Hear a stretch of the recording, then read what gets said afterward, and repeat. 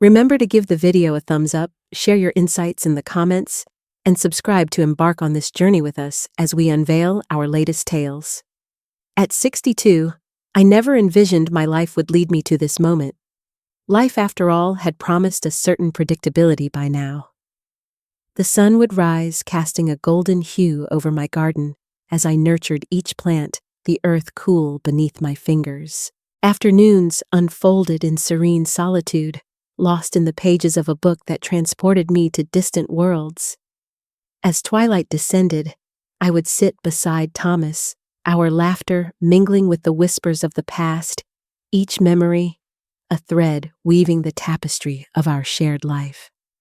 But one fateful evening, a clandestine conversation unraveled the fabric of my understanding, plunging me into a whirlwind of doubt and uncertainty. The tale began at a lavish corporate gala, a dazzling affair orchestrated by Thomas's company. For more than 30 years, he had toiled in that place, climbing the ladder with relentless commitment and an unyielding spirit. Edward Harrison, my boss, exuded a quiet authority that commanded respect. Our interactions had been limited to mere polite exchanges at past events, but there was an unspoken weight to his presence that lingered in the air. In his mid-60s, he stood tall and distinguished, exuding a quiet confidence that felt almost effortless, as if it were woven into the very fabric of his being. The gala unfolded within the opulent confines of a downtown Chicago hotel, where grand chandeliers bathed the elegantly attired guests in a soft, inviting glow. The air buzzed with lively chatter, the rhythmic clinking of glasses, and the enchanting strains of a live jazz band weaving through the atmosphere in the corner. Though the thought of these events filled me with reluctance, the warmth of home beckoned me like a siren's call. Yet Thomas's insistence was unwavering, and so with a mix of resignation and curiosity, I donned a modest navy blue dress and prepared to step into the unknown alongside him. At first glance, everything appeared to be perfectly ordinary.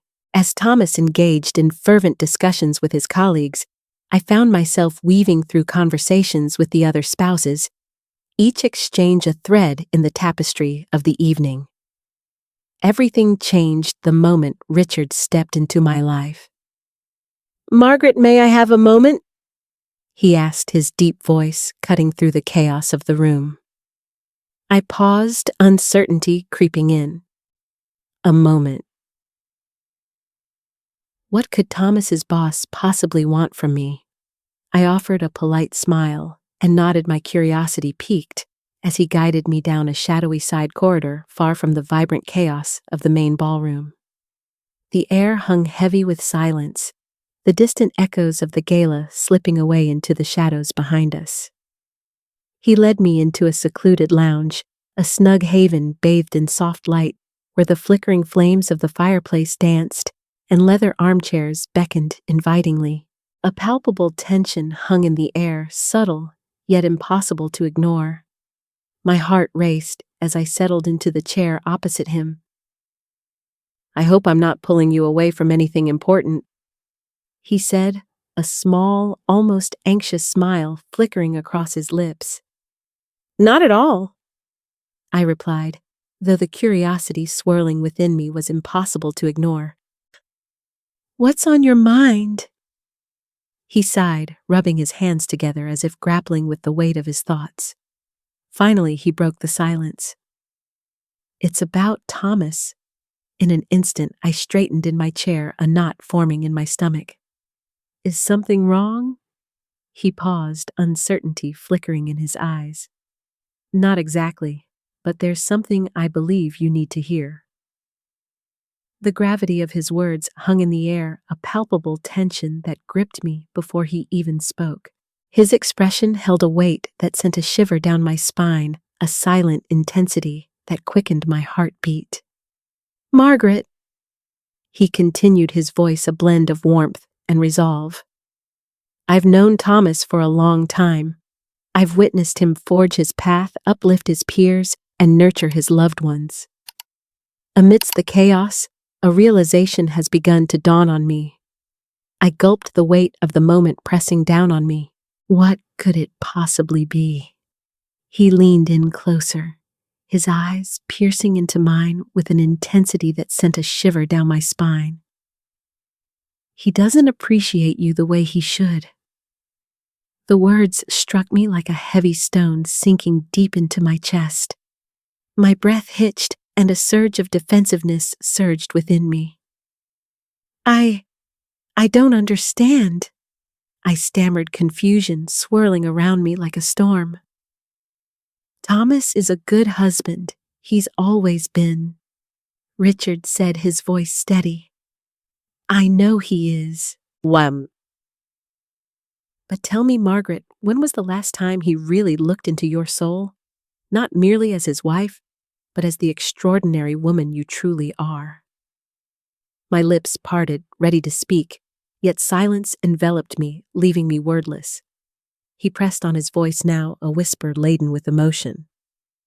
I've caught the glances you throw his way, the longing hidden in the shadows, when he's too absorbed to see. As I observed you lingering in the shadows of these gatherings, he became consumed by his relentless pursuit of success. You poured your heart into every moment, yet I couldn't help but wonder, does he ever reciprocate? A knot tightened in my throat, a fierce urge to defend him rising within me. But a quiet uncertainty gnawed at my core, leaving me momentarily speechless. I don't mean to overstep, Richard murmured, his body tilting back just enough to create a subtle distance tension hanging in the air. But sometimes an outsider sees what those inside cannot. I exhaled slowly, my thoughts swirling like a tempest. Richard's gaze pierced through me, and after a moment, he offered a small, knowing smile that hinted at secrets untold. Margaret, you deserve to be seen. The words resonated deep within me, awakening a part of my soul I never knew was there. For the first time in ages, uncertainty washed over me, leaving my emotions tangled and raw. I remained motionless, a statue caught in a moment of sheer disbelief. Richard's words reverberated in my mind, igniting a turmoil I wasn't prepared to face. You deserve to be seen. Had I truly faded into the shadows for so long? I yearned to dismiss his words as nothing more than a casual Thomas, a misguided gesture of goodwill. Yet buried within me, a stirring truth whispered that he was right. Thomas was a good man, a diligent provider, steadfast and dependable. Yet, in the stillness of our shared moments, I couldn't help but wonder, when had he last truly seen me? When had he last acknowledged the subtle ways I endeavored to keep our life vibrant and alive? The meticulous way I folded his shirts just as he preferred seemed to fade into the background of our routine. The way I filled our home with his favorite things, each item a testament to our shared life. The way I stood unwaveringly by his side through every career triumph, always ready to celebrate, or simply sit back in quiet pride. I cleared my throat, forcing down the lump that had settled there, a reminder of the weight of my emotions. Richard, He raised a hand, halting my words. I don't want to make you uneasy, Margaret, he said, his voice steady, yet laced with an undercurrent of tension. But I couldn't remain silent, not when the weight of the moment pressed down on me. I exhaled slowly, the tension easing just a fraction. Your honesty is something I truly value. I finally spoke, my voice barely above a whisper. Thomas and I had shared decades together, a bond forged through time. Marriage, I knew, was about so much more than mere appearances. It was a matter of unwavering commitment, a foundation of stability. Richard nodded, understanding the weight of the words. I know, and I respect that. He leaned in, his eyes locked onto mine with an intensity that sent a shiver down my spine. But have you ever dared to confront the depths of your own desires? The question hung in the air, heavy and charged, as if it held the power to unravel everything.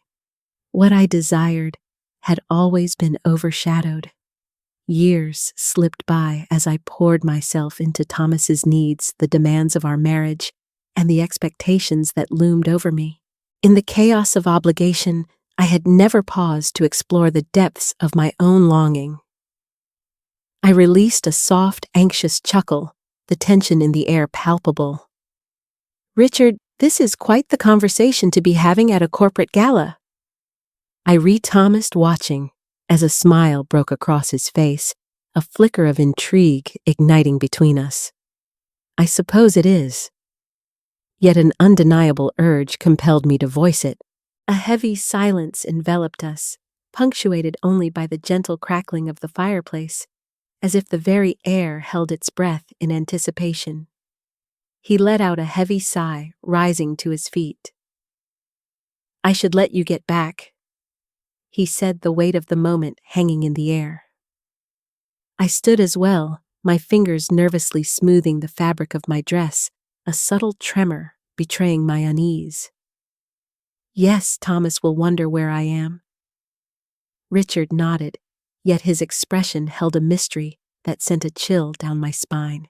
"Margaret had just made me promise one thing." I tilted my head, curiosity igniting within me. "What was that?" Don't brush off my words. Ponder them deeply. With a moment of uncertainty, I finally nodded, the weight of the decision settling in. He offered a faint smile, a glimmer of encouragement, before stepping aside and motioning toward the door, inviting me into the unknown.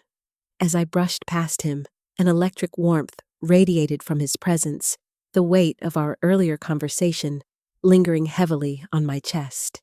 The gala pulsed with life when I returned, and there was Thomas, exactly where I had left him, engrossed in animated discussion with his colleagues. At first, he was oblivious to my presence.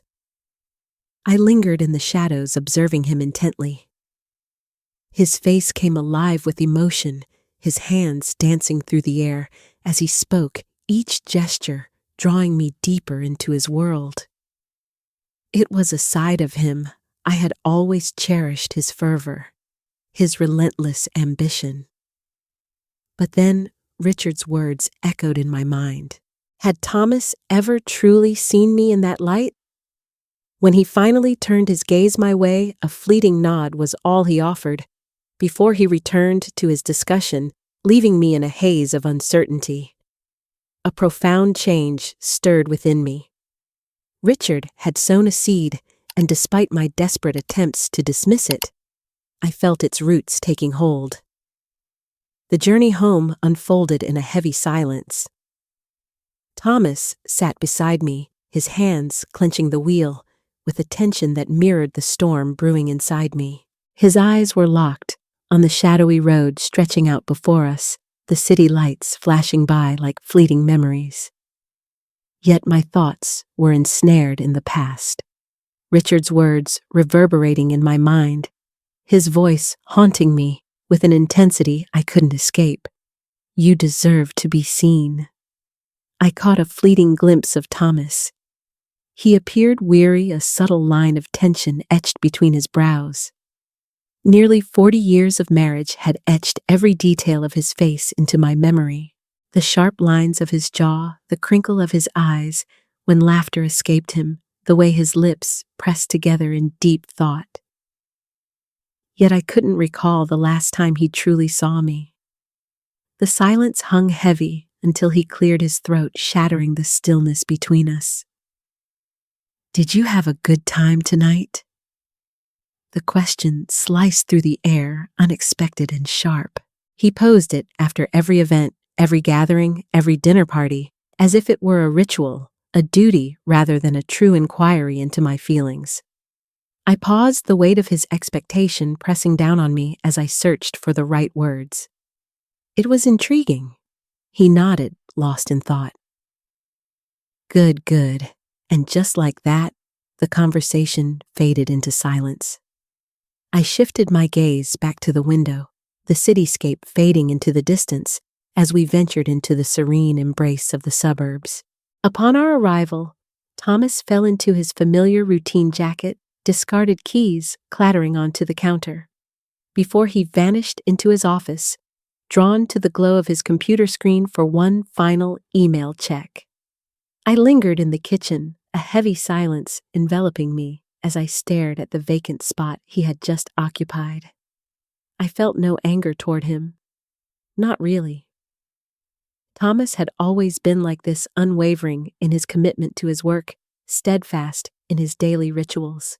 He had provided me with a good life, a secure life. Yet Richard's words had stirred something deep within me, a force I couldn't suppress any longer. I made my way to the bedroom, and as I approached the mirror, my reflection stared back, revealing the turmoil brewing inside. At 62, I stood at the crossroads of time. My once vibrant auburn hair now bore the elegant streaks of silver, each strand a testament to the journey I had traveled. Faint lines etched across my face whispered stories of the years that had shaped me, each crease a memory, each shadow a moment lived. Yet my eyes remained unchanged. Within their depths, I discovered a feeling I had long overlooked. Loneliness. I had always believed this was merely the passage of time. This subtle retreat into the shadows, this slow descent into monotony. But now for the first time a question stirred within me, was it truly so? The following morning, as Thomas departed for work, he pressed a kiss to my cheek and murmured, "I'll be home late." A significant client meeting loomed ahead. I nodded, a subtle smile playing on my lips. "All right, let's do this. Be safe." And then he vanished into the shadows. I lingered in the doorway, the weight of his absence pressing down on me, before finally retreating into the dimness of the room. Typically, my days were consumed by Aaron's housework or tending to the garden. But today, an unsettling restlessness gripped me. Before I could second-guess myself, I seized my phone and dialed a number I never imagined I would. Richard answered on the second ring. "Margaret?" His voice held a hint of surprise, a tremor that sent a shiver down my spine. I inhaled, slowly, bracing myself for what was to come. "Do you have time for a cup of coffee?" I asked, my heart racing as silence enveloped us. Then, almost like a whisper carried by the wind, he replied, "Of course." An hour later, I sat across from him at a secluded cafe by the shimmering lake, the world around us fading into a distant hum. The rich aroma of roasted coffee beans mingled with the scent of fresh pastries enveloping the cafe in a warm embrace. Outside, the autumn leaves twirled gracefully in the crisp breeze, a vibrant dance of color. Richard's gaze met mine, filled with a quiet curiosity that hinted at unspoken questions. Uncertainty hung in the air, like the steam rising from my coffee cup. I stirred the rich brew, mesmerized by the way the cream danced and twirled, merging into the depths of darkness. A decision loomed over me, heavy and unyielding. Would I dare to call? He nodded, anticipation hanging in the air. I exhaled slowly, the weight of his words pressing down on me. Thoughts swirled in my mind, each one a fragment of the conversation we had shared. His expression was a mask, impenetrable and still. I paused, heart racing, before finally locking eyes with him. "You were right." Something flickered in his eyes, an elusive spark that sent shivers down my spine. "Margaret," I said softly, cutting through the tension. "I'm not saying I regret my life. Thomas and I have forged something unbreakable, something undeniably real. But somewhere along the way, I lost the ability to yearn for something that was truly mine." Richard leaned in, his gaze piercing. I felt a lump rise in my throat. A heavy silence enveloped us, punctuated only by the faint murmur of voices in the distance. At last, Richard broke the stillness, his voice barely above a whisper. I yearned for his happiness, a desire that pulsed through me like a heartbeat. I gazed at him, truly gazed, and in that moment, I saw a man who had no obligation to step into my world, no motive to utter the words he had spoken. Yet there was a spark in his eyes, a recognition of something within me that I had yet to uncover. In that moment, clarity struck like lightning. I found myself frozen eyes locked on Richard, who sat just across the small cafe table. My fingers curled tightly around the comforting warmth of my coffee cup, a stark contrast to the turmoil brewing inside me. All I could think was, I just want you to be happy. His words lingered in the air, weighty yet tender, like a truth I had been evading for far too long. For years, I had convinced myself that contentment sufficed, that security, stability, and loyalty formed the bedrock of a fulfilling life. And perhaps they did. Yet Richard had unearthed a hidden part of me, a void I hadn't realized existed, a desperate yearning to truly feel. I inhaled deeply, the heaviness of my reflections bearing down on me. Richard, I find myself lost in this chaos. His gaze turned gentle, a quiet strength in his voice. You don't have to do anything, Margaret. Just think about what ignites your joy. When was the last time you indulged in something solely for yourself? I opened my mouth to reply but hesitated.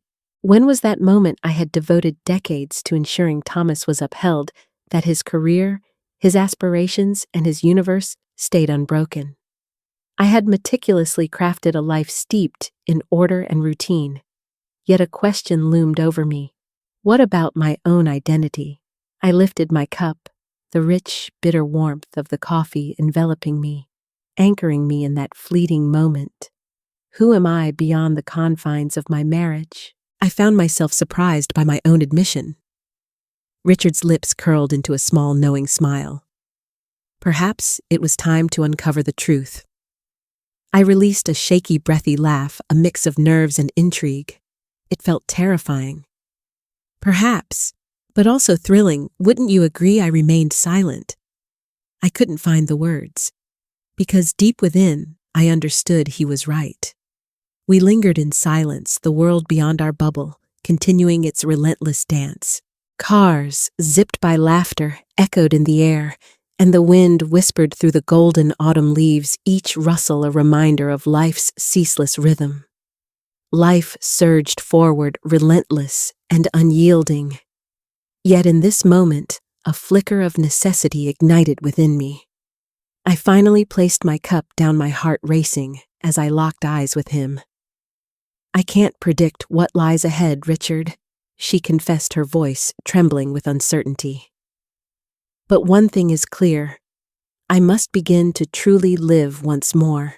A smile flickered at the edge of his lips, hinting at the possibility of hope. That was the moment I needed you to understand.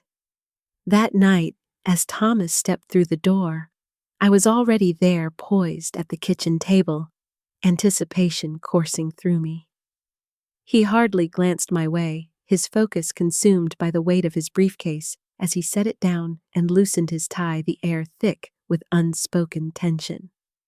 Long day, he muttered, weariness etched into his features. I'm exhausted. I studied him for a moment, this man with whom I had woven a life, this man I had cherished for decades.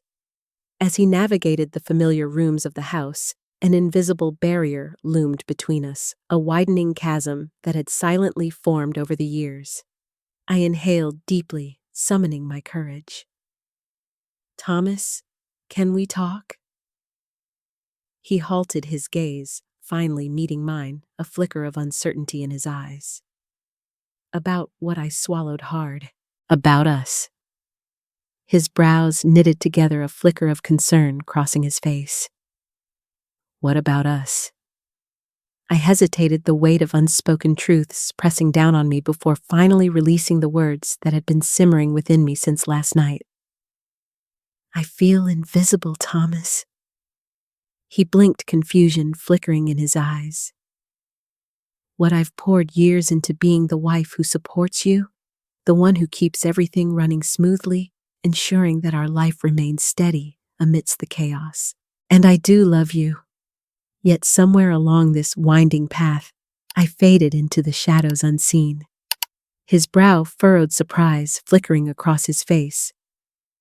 Margaret, where is this coming from? I shook my head, the weight of unspoken truths pressing down on me. It's been there, lurking in the shadows of my mind, for what feels like an eternity. I just never found the courage to voice it, to let the words escape into the light. He sank into the chair opposite me, his hand dragging across his face in a gesture of frustration. I had no idea you felt this way.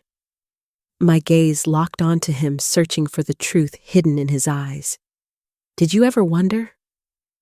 He remained silent, and in that fleeting moment, a painful truth washed over me. Thomas wasn't a bad husband after all. He wasn't intentionally cruel or neglectful. He had merely believed, as I did, that marriage was synonymous with routine, that the warmth of comfort alone would suffice. We had drifted into a silence, no longer needing to reach out as we once did. Yet deep down, I knew that this wasn't truly living. It certainly wasn't love. Not anymore. What do you mean? He finally asked, his voice laced with caution. I take a deep breath, the weight of the moment pressing down on me. I must reclaim my life to live for myself once more. His expression shifted, a hint of fear creeping into his features. Are you leaking me? He asked, his voice barely above a whisper. I paused, uncertainty swirling within me, then firmly shook my head. The uncertainty of the future loomed over me like a dark cloud, Thomas. Yet one thing was crystal clear. I could no longer bear this reflection staring back at me. If our marriage is to endure, a transformation is not just necessary, it is imperative. He stared at me, his gaze lingering, and in that moment, after years of emptiness, I caught a glimmer in his eyes. Understanding. Perhaps there was a glimmer of hope to mend what was broken. Perhaps there wasn't. Yet for the first time in countless years, I felt a stirring within me, a readiness to uncover the truth.